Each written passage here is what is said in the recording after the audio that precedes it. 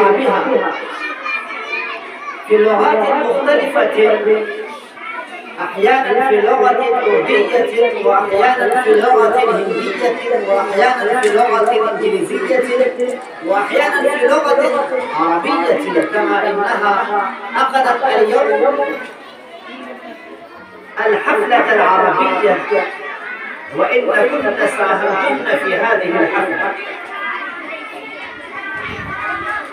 فبارك الله في عمركم وعمركن أيتها الطالبات وأيتها الطلبة، أيها الطلبة. الله سبحانه وتعالى وفقكم وتقبلكن لهذه اللغة العربية،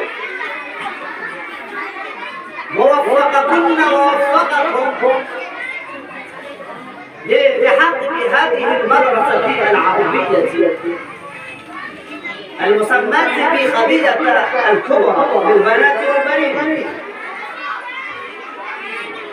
ولا شك إن هذه هي المدرسة التي تركز عنايات الطلبة والطالبات على التحدث بلغات عربية وإنجليزية وعربية وأردية،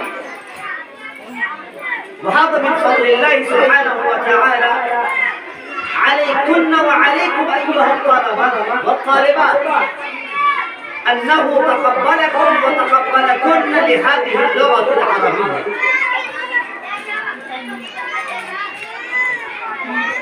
وعليكم أن تفتخرن، وعليكم أن تفتخروا بأنكن وبأنكم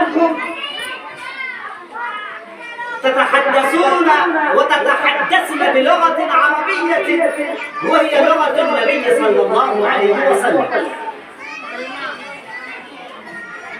والذي يتكلم باللغة العربية وباللغة للنبي صلى الله عليه وسلم فهو سعيد من الله سبحانه وتعالى.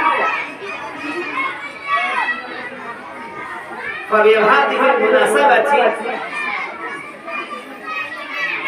أولا أشكر الله سبحانه وتعالى الذي وفقنا للاستماع في هذه الحفلة وللالتحاق بهذه المدرسة ولقضاء الأوقات القيمة والساعات القيمة في رحاب المدرسة خديجة الكبرى للبنات والبنين.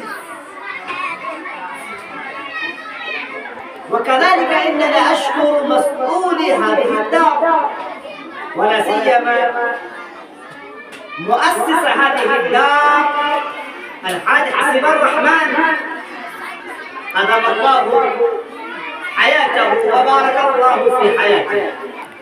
وكذلك مدير هذه الدار، مدير هذه المدرسة الشيخ مسرور عالم حفظه الله ورعاه، الذي يصل الليل بالنهار في إعدادكم وفي إعدادكم أيها الطلبة والطالبات.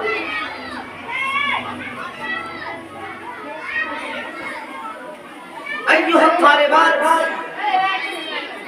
بهذه المناسبة بمناسبة النادي العربي إنني أخاطبكم وأقول لكم ولكن أن الله سبحانه وتعالى قد جعل لكم ولكن مكانة مرموقة، فأنتن وأنتم أفضل الناس في هذه الأرض، أنتم أفضل الطلاب الذين يتعلمون العلوم الدينية والعصرية. لا شك أن هناك كثيرا من الطلاب الذين يدرسون في المدارس العصرية في الجامعات والكليات الواقعة في رحاب وأرجاء العالم كله، ولكن الله سبحانه وتعالى وفقكم للتحلي بحلية اللغة العربية، فأنتم من السعداء وأنتم من السعيدات. أنتم تتعلمون اللغة القرآن الكريم وتقضون حياتكم في حديقة القرآن الكريم وفي حديقة الحديث النبوي الشريف المطهر. أيها الطالبات وأيها الطلبة، إنني أقول لكم عليكم أن تعودوا أنفسكم